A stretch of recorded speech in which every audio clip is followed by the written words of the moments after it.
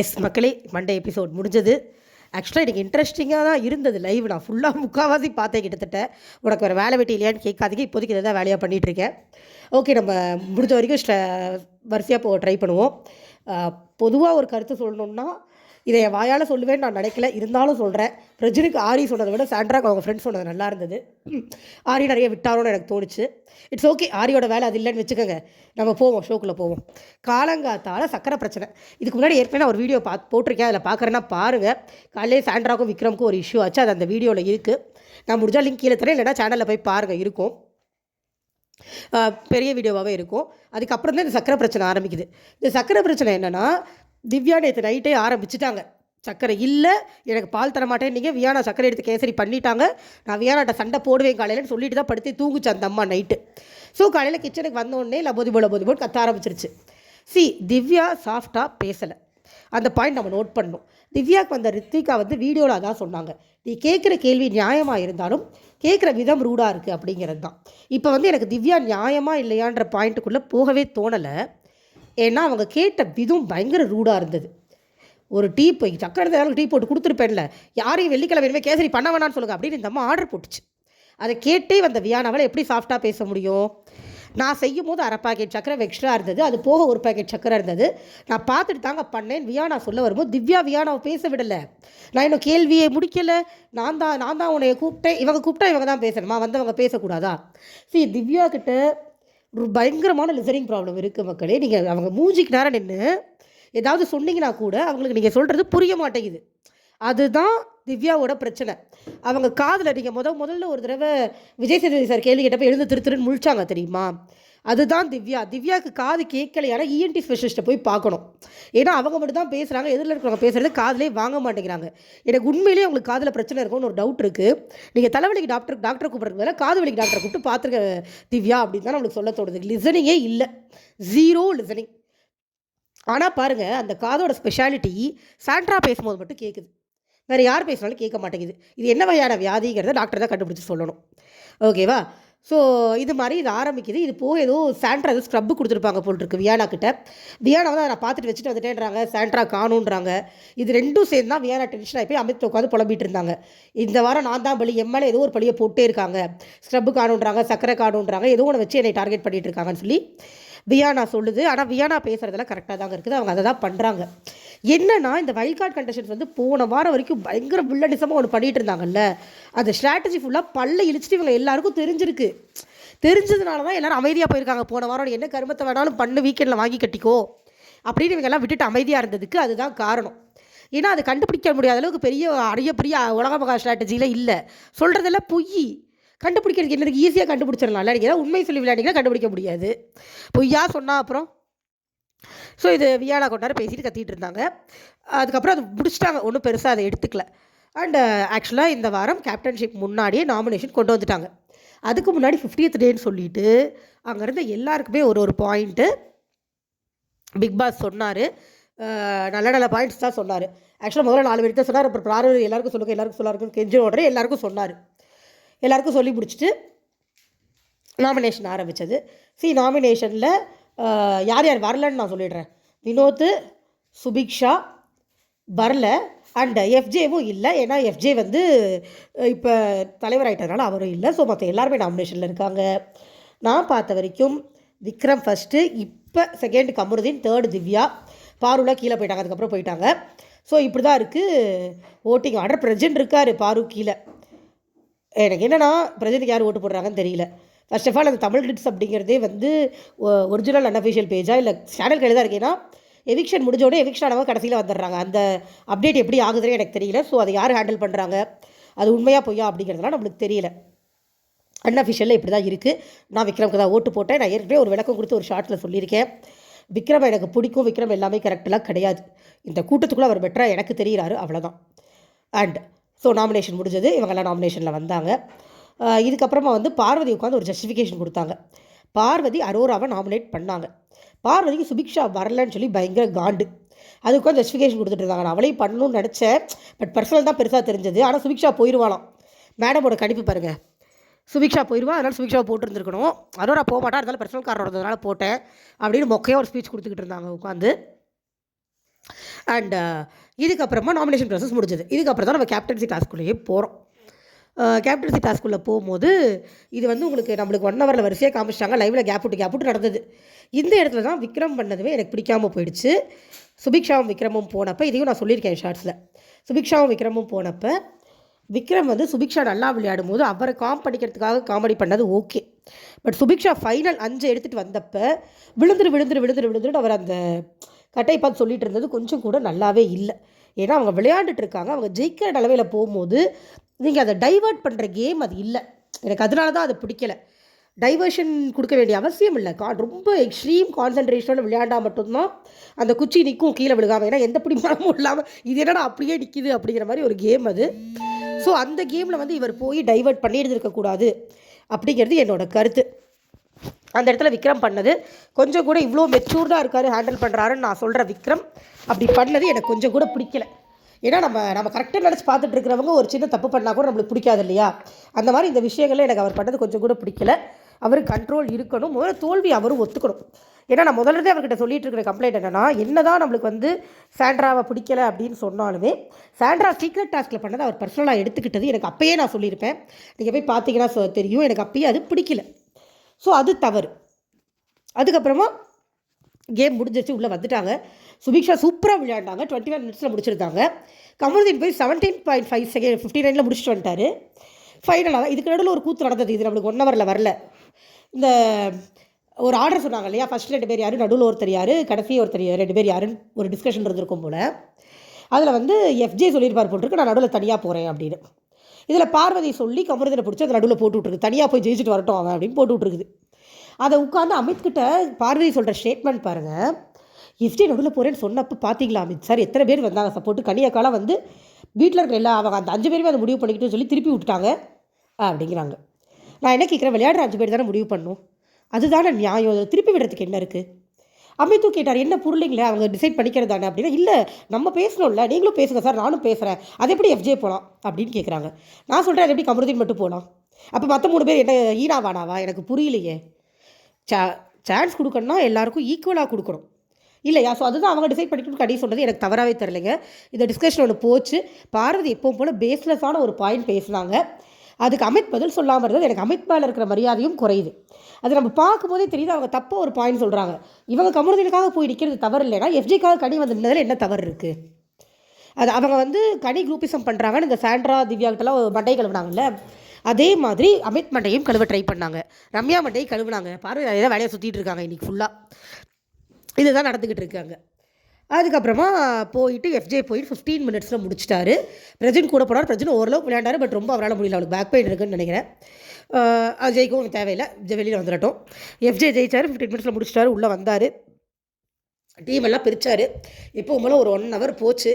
அப்புறம் இது big pass team announce பண்ண சொல்லும்போது இவர் என்னமோ யோசிச்சுட்டு பிக் பாஸை திட்டு வேறு வாங்கினார். எஃப்ஜே சீரியஸ்லி டீம் அனௌன்ஸ் பண்ணுங்க அப்படின்னு ஒரு திட்டார். அப்புறமா அனௌன்ஸ் பண்ணார். அதில் திவ்யா உட்காந்து ஒரு மாதிரி மார்க் பண்ணி சிரிச்சுக்கிட்டே இருந்தாங்க. எனக்கு அது பிடிக்கவே இல்லை. திவ்யாவோட ஆட்டிடியூட் இப்போ வரைக்கும் பேடாக தான் இருக்குது. திருந்துற மாதிரி தெரில. ஓகே, ஸோ இதெல்லாம் முடிஞ்சது. இதெல்லாம் முடிஞ்சதுக்கப்புறமா தான் இன்றைய முக்கிய கண்டென்ட் வீடியோ கால்ஸ் வருது. அது வீடியோ கால்ஸ் இல்லை, வீடியோ ரெக்கார்டிங்ஸ். ஓகே, நான் பார்வதிக்கு வந்தவங்க ஓகே நல்லா சொன்னாங்க. குரூப்பிசம் பண்ணக்கூடாதுன்னு ஒரு கூப்பாடை போட்டுட்டு நீ அதை தான் பண்ணிகிட்ருக்க, வார்த்தையை பார்த்து விடு அப்படின்னு தெளிவாக சொல்லிட்டு போனாங்க. ஓகே, அப்புறமா நான் ஞாபகம் இருக்கிற மாதிரி சொல்கிறேன். எனக்கு ஆர்டரில் ஞாபகம் இல்லை, ஞாபகம் இருக்கிறது சொல்கிறேன். கனிக்கு விஜயலட்சுமி கொடுத்த அட்வைஸும் நல்லா இருந்தது. நீ சைடு கேரக்டராக இருக்க போறியா, மெயின் ஹீரோயினாக இருக்க போறியான்னு முடிவு பண்ணிக்கோ அப்படின்னு விஜயலட்சுமி சொன்ன பாயிண்ட் நல்லா இருந்தது. அவங்க ஃபைனலிஸ்ட்டு சொல்ல மாட்டாங்களா? ஓகே, அடுத்து நம்ம மிக முக்கியமாக பார்க்க வேண்டிய கண்டென்ட். பிரஜினுக்கு ஆரி வந்தார். அவர் வந்ததே வெரி வெரி வெரி அன்ஃபேர். ஏன்னா அவர் வின்னர், விஜயலட்சுமி பார்ட்டிசிபெண்ட். அதுவே அன்ஃபேர் தான். ஃபர்ஸ்ட் ஆஃப் ஆல் அந்த 2 பேருக்கு மட்டும் ஒரு எக்ஸ்ட்ரா ஆடட் அட்வான்டேஜ் கிடச்ச மாதிரி தான் ஆயிடுச்சு. அவங்க விஜயலட்சுமி ஆகட்டும் ஆரி ஆகட்டும் கேம் தெரியும். விஜயலட்சுமி கூட 2nd சீசன், ஆனால் Aari 4th season sure shot title winner. நம்ம எல்லாம் அவ்வளோ சப்போர்ட் பண்ணி டைட்டில் வின் பண்ண வச்ச ஒரு மனுஷன். அவர் வந்து எப்படி அட்வைஸ் கொடுக்கலாம்? அது என்ன பிரஜினுக்கு மட்டும் அவ்வளோ ஒரு அட்வான்டேஜ் கொடுக்குறீங்க நீங்கள் சேனலு? இப்போ உங்களுக்கு பிரஜின் வந்து விஜய் சேதுபதிக்கு ஃப்ரெண்டு, ஆரிக்கு ஃப்ரெண்டு, சேனலோட செல்லப்பிள்ளை ஒரு காலத்தில்.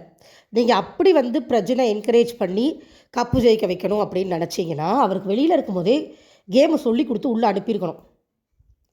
எதையால் அவருக்கு புரியலையானும் எனக்கு தெரியலை. வந்த முதல் நாளே அரோரா சொல்லுச்சு ரூடாக இருக்கீங்க அப்படின்னு. அதுதான் இன்றைக்கி வரைக்கும் கண்டினியூ ஆகுது. அவருக்கு சாஃப்டாக பேச தெரில, வார்த்தைகளை பார்த்து பேச தெரில, டை அடிச்சுட்டு வந்து நான் ஹீரோன்னு சொல்லிட்டுருக்காரு. எனக்கு புரியவே இல்லை. அவருக்கு இருக்குங்க 45 வயசு இருக்கும்.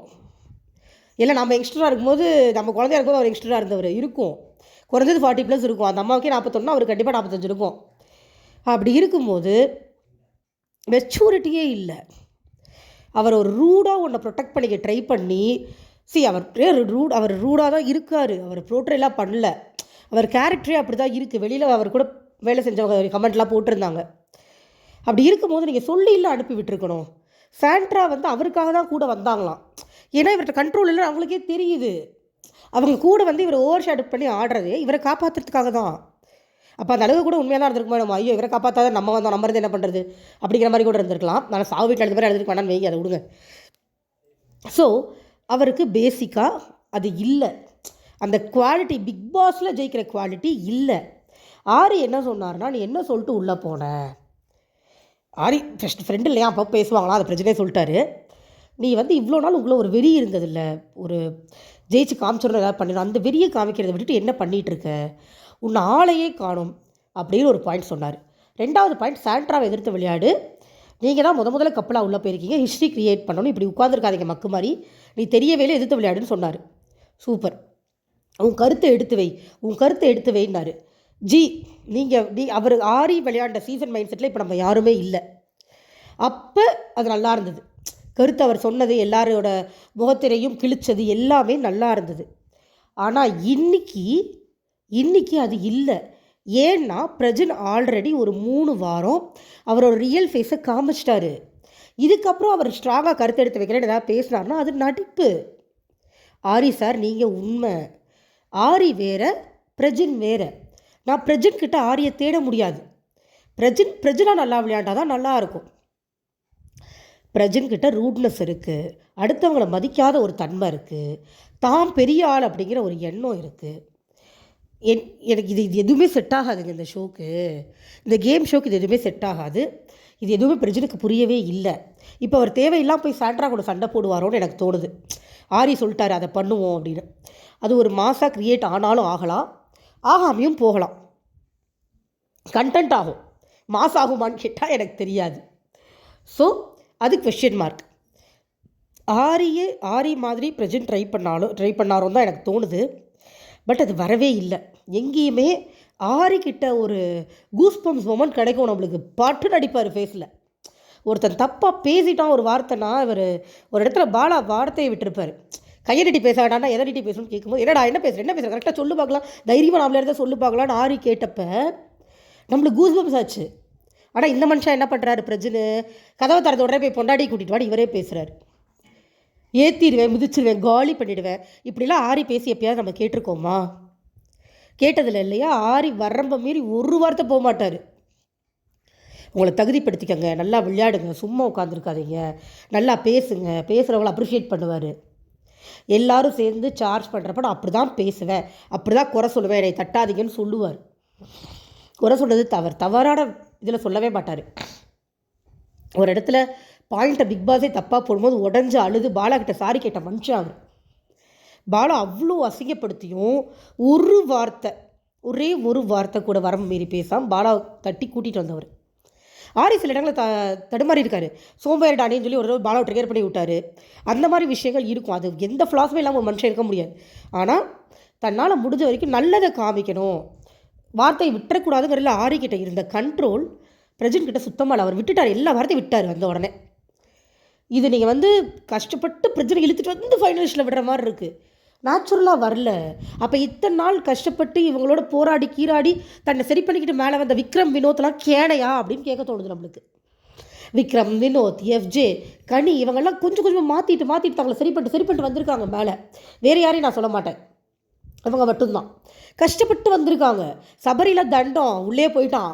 இவர் வேறு யார், ரம்யா வேஸ்ட்டு, இருக்கிறதே வேஸ்ட்டு. வியானா பரவாயில்ல, வியானான் சுபிக்ஷாவும் முன்னுக்கு வரணும்னு நினைக்கிற பொண்ணுங்க, அரோரா முன்னுக்கு வரணும்னு நினைக்கிற பொண்ணு. இவங்கள்லாம் கிட்டத்தட்ட இந்த 50 நாளாக போராடி கொஞ்சம் கொஞ்சமாக போராடி வந்திருக்காங்க வெளியில். அவங்களெல்லாம் விட்டுட்டு அவர் வந்து 20 நாள் தான் ஆகுது. அது 20 நாளுமே கேவலமான கேம் விளையாண்டார். இதுக்கப்புறம் அவரை வின் பண்ண வைக்க போகிறீங்களா? எனக்கு புரியலையே. அது என்ன அவருக்கு மட்டும் ஒரு எக்ஸ்ட்ரா அட்வான்டேஜ்? அவர் எலிமினேஷனை மட்டும் பயங்கரமாக பண்ணி காமிக்கிறது நம்ம கண்ணுக்கு. அவரை மட்டும் விஜய் சேதுபதி வந்து அவர் விஜய் சேதுபதி எதிர்த்து பேசுகிறது அளவு பண்ணுறது. காலையில் இன்னைக்கு காலையில் இது நடந்தது லைவில் போய் உட்காந்துக்கிட்டு என்ன சொல்கிறாரு பொண்டாட்டிக்கிட்ட, விஜய் சேதுபதி சார் சொல்லிட்டாரு அப்படின்னா இந்த பொம்பளை நீ என்கிட்ட சேதுனே சொல்லாச்சு வெக்கமானச்சி. இது ஸ்ட்ராங் பிளேயர்னு பேர் வேறு. புரியல எனக்கு. அவர் தெளிவாக அவரே தெரிஞ்சதுக்கே கொஞ்சம் தான் எப்பயாவது மூளை வேலை செய்யும். அவரே தெளிவாக சொல்கிறாரு சாருன்னு சொல்லணுன்னு. இந்த அம்மா பாருங்கள், இந்த அம்மாவுக்கு வந்து ஃப்ரெண்டுன்னு தெரியணுமா வெளியில், அதனால் சாருன்னு சொல்லாதீங்கன்னு சொல்லுது. ஒஸ்ட்டுங்க பயங்கர ஒஸ்ட்டுங்க. நான் சாண்ட்ரா சப்போர்ட் பண்ணிட்டு வராதிங்க, தயவு செஞ்சு. தமிழனாக இருந்தால் வராதிங்க, நீங்கள் வேறு ஊர்க்காரங்களாக இருந்தால் வாங்க. ஏன்னா தமிழனுங்களை காரி துப்பிட்டு போயிடுச்சு அந்த அம்மா. நீங்கள் வந்தீங்கன்னா நான் அப்படி தான் எடுத்துக்க முடியும், வேறு ஆப்ஷனே கிடையாது. ஓகேங்களா? ஸோ இது முடிஞ்சது. இது எனக்கு ஒன்றும் பெருசாக தெரியல. ஆனால் சாண்ட்ராவுக்கு ஒரு லேடி வந்தாங்க, அவங்களோட சாண்ட்ராவோட ஃப்ரெண்டுன்னு போட்டிருந்தது. அந்த அம்மா சூப்பராக சொல்லிச்சு, நீ விளையாண்ட நாமினேஷன் பாஸை தூக்கி அவன்கிட்ட கொடுத்தேன்னா எப்படி நீங்கள் 2 பேரும் தனித்தனியாக விளையாடுறீங்கன்னு ஒத்துப்பாங்க மக்கள். அழகாக சொல்லிச்சு, நீங்கள் 2 பேரும் ஒட்டுக்காக தான் விளையாடுறீங்க அப்படின்னு தெளிவாக சொன்னாங்க அவங்க. விஜய் சேதுபதி சொல்லலை, ஆரி சொல்லலை, பிக் பாஸ் சொல்லலை, அந்த லேடி சொன்னாங்க. அப்போ அந்த பாயிண்ட் உண்மையாயிடுச்சா? நீ விக்ரமலை இவ்வளோ வன்மத்தை கொட்டினீங்க, அதே தான் உன் ஃப்ரெண்டும் சொல்கிறா. எனக்கு அப்படி தான் கேட்க தோணுச்சு. விக்ரமும் அதே தானே சொன்னார், ஒரே மாதிரி தான் தெரியுறீங்க 2 பேர். ஒன்று காலாட்டி கேட்டுச்சு, எங்கே தெரிஞ்சோம் நாங்கள் அப்படின்னு ஒரு மாடுலேஷனில் கேட்டுச்சுல்ல அன்றைக்கி சண்டேயில். இப்போ எங்கே கொண்டு போய் வச்சு இப்போ மூஞ்சி அவன் ஃப்ரெண்டே அதான் சொல்கிறாங்க, 2 பேரும் ஒன்றா தான் தெரியுறீங்கன்னு. பிரஜனை நீ விளையாட விட மாட்டேங்கிற, நீயும் விளையாடணும் பிரஜனும் விளையாடணும், தனித்தனியாக விளையாடுங்க சொல்லிட்டு தானே போனீங்க வெளியில். தனியாக விளையாடுறோன்னு உள்ளே போய் நீங்களும் ஒரு கூட்டம் சேர்த்துக்கிட்டு குரூப் விஷயத்தை உடைக்கிறேன்னு குரூப் ஃபார்ம் பண்ணிட்டு இருக்கீங்கன்னு தரமாக கேட்டுச்சு அந்த அம்மா. Hats off to Sandra friend. அதே தான் திவ்யாக்கு வந்த ரித்விகாவும் சொன்னாங்க, நீயே போய் மாட்டிக்கிட்ட குரூப்பிசமில், தனியாக விளையாடு அப்படின்னு. பார்வதிக்கு வந்தவங்களும் அதே தான் சொன்னாங்க, தனியாக விளையாடுங்க, குரூப்பிசம் பண்ணாதீங்க. கமருதீனுக்கு வந்தவர் தெளிவாக சொன்னார், அவர் வந்து நம்ம ஷபானா புருஷன் ஆரியன், தனியாக விளையாட வச்சு யார் கூடயும் போய் சேராத, அப்போ தான் நீ ஃபைனல் லிஸ்ட் வரைக்கும் வருவேன் அப்படின்னு தெளிவாக சொன்னாங்க. இன்னொருத்துக்கு வந்தவங்களும் அப்படி தான், இன்னும் கொஞ்சம் பேசுங்க, நான் ஸ்ட்ராங்காக பேசுங்க அப்படின்னு சொன்னாங்க. அமித்துக்கு அவங்க ஒய்ஃப் பேசுங்கன்னாங்க, ஏன்னா அவர் பேசவே இல்லை. ஸ்ட்ராங்காக லைட்டாங்கிறதெல்லாம் அப்புறம் தான் இல்லையா. ஸோ முதல்ல பேசுங்க அப்படின்னு சொல்லி அமித்தோட ஒய்ஃப் சொல்லிட்டு போனாங்க. வேறு யாரையாவது விட்டுட்டேனான்னு தெரியல. நம்ம நோட்டபுளாக இருந்தது இவங்க மட்டும்தான். மற்றவங்களாம் வந்து அவ்வளோ விக்ரமுக்கு வந்திருந்தவர் வந்து என்கரேஜ் பண்ணார், இது நம்ம ஏரியா மச்சி இறங்கி ஆடு அப்படின்னு என்கரேஜ் பண்ணிட்டு போனார். ஆனால் மார்க்கிங் பண்ணாதுன்னு ஒரு வார்த்தை சொல்லியிருந்திருக்கலாம். சரி விக்ரம் பண்ணுறதில்ல, பட் கொஞ்சம் பார்த்து விளையாடுன்னு சொல்லியிருந்திருக்கலாம். சொல்ல இட்ஸ் ஓகே, பார்த்துக்கலாம் எப்படி போகுதுன்னு சொல்லிட்டு விக்ரமோட கேமை. அதுக்கப்புறமா இவங்க சுபிக்ஷாவுக்கு வந்தவங்க ஃப்ரெண்டு, அவங்களும் வந்து நீ கேம் விளையாட மட்டும் பத்தாது, இன்னும் கொஞ்சம் நல்லா ஸ்ட்ராங்காக பேசி பழகு அப்படின்னாங்க, ஃப்ரெண்ட்ஷிப் வேண்டாம் அப்படின்னாங்க. வியானாக்கு ராணாவும் வந்தார். நம்ம ராணாவை தெரியும் இல்லையா, 8th சீசன் ராணாவா பேர் எனக்கு மறந்துட்டேன். அவருக்கே விளையாட தெரியாது. அவர் வந்து அட்வைஸ் பண்ணிட்டு போனார். என்னத்தை சொல்ல, அதில் சொல்கிறதுக்கெலாம் பெருசாக ஒன்றும் இல்லைங்க. அவ்வளோதான், நான் எல்லோரும் சொல்லிட்டேன்னு நினைக்கிறேன். சபரிக்கு பிரவீன் பென்னட்டோட ஒய்ஃப் வந்திருந்தாங்க, அந்த டேரக்டர் பிரவீன் பென்னட்டோட ஒய்ஃபு. காணண்டா அவனையே தேடிக்கிட்டு இருக்கோம், வெளில வாடா அப்படின்னு சொல்லிட்டு போனாங்க. எஃப்ஜிக்கு ஒரு பிரபல யூடியூபர் ஒருத்தர் வந்திருந்தார், அவரும் வேர்ட்ஸ் பார்த்து பேசு அப்படிங்கிற மாதிரி சொல்லியிருந்தார். ரம்யாவுக்கு அவங்களோட டீம் மெம்பர் வந்திருந்தாங்க. கனி சபரி கூட சேராதானே என்னமோ. கனி சபரி வந்து இந்த அம்மா கூட சேர்ந்த மாதிரி, இந்த மாதிரி வக்வெளியெல்லாம் போய் அவங்கள்ட்ட உட்காந்துட்டு இருந்துச்சு. அவங்க 2 பேரும் ஆல்ரெடி பாப்புலரான ஃபேஸுமா, சும்மா எதாவது சொல்லணுமேனு சொல்ல வேண்டியது.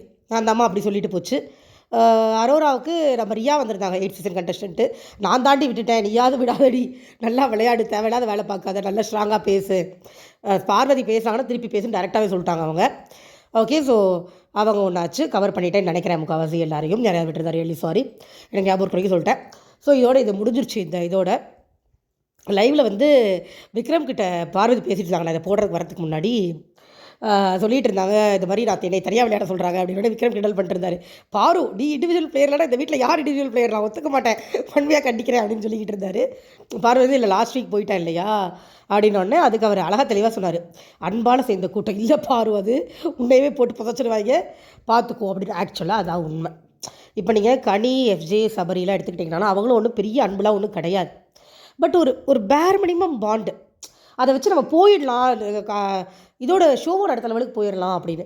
அதை ஏன் நான் பெருசாக எதிர்க்கலை அப்படின்னா, அதே தான் எப்பயும் சொல்கிறது தான், எதிரில் இருந்தவங்க இன்னும் மோசமாக இருந்தாங்க. எதிரில் ஒரு நியாயமான கேம் பிளேயர் இருந்தால் தான் நம்ம இதை எதிர்க்க முடியும், ஆரி சீசனில் பண்ண மாதிரி. ஆனால் இந்த சீசனில் எதிரில் இருந்தவங்க இன்னும் மோசம். அப்படிங்கும்போது இது பரவாயில்லன்னு ஆயிடுச்சு, அவ்வளோதான், வேறு ஒன்றும் இல்லை. இப்பையும் சொல்கிறேன், ஒரு ஸ்ட்ராங்கான இண்டிவிஜுவல் பிளேயர் இல்லை இந்த சீசனில், இந்த நிமிஷம் வரைக்கும் இல்லை. வருவாங்களானும் தெரியலை. எல்லாரும் சூப்பராக ஹிண்ட் கொடுத்துட்டு போயிருக்காங்க. ஆனால் பிரச்சனைக்கு கொடுக்கப்பட்ட ஹிண்ட் மட்டும் எனக்கு பத்தலை. ஏன்னா ஆரி வந்து முக்கியமான விஷயத்தை அட்ரஸ் பண்ணாமல் போயிட்டாரு. அது ஆரின்றதுனால நான் இவ்வளோ சொல்கிறேன். வேறு யாராவது இருந்தால் நம்ம ஒன்றும் எதிர்பார்த்துருக்க மாட்டோம். அப்படிப்பட்ட ஒருத்தர் வந்து நீ ரொம்ப ரூடாக பேசுகிறடா, ரூட்னஸ்க்கும் போல்ட்னஸ்க்கும் வித்தியாசம் இருக்குன்னு சொல்லிட்டு போயிருக்கணும் அப்படிங்கிறது என்னுடைய தனிப்பட்ட கருத்து. உங்களுடைய கருத்துக்களையும் ஷேர் பண்ணிக்கோங்க. லைக் பண்ணி ஷேர் பண்ணி சப்ஸ்கிரைப் பண்ணுங்கள். Thank you so much. Bye bye.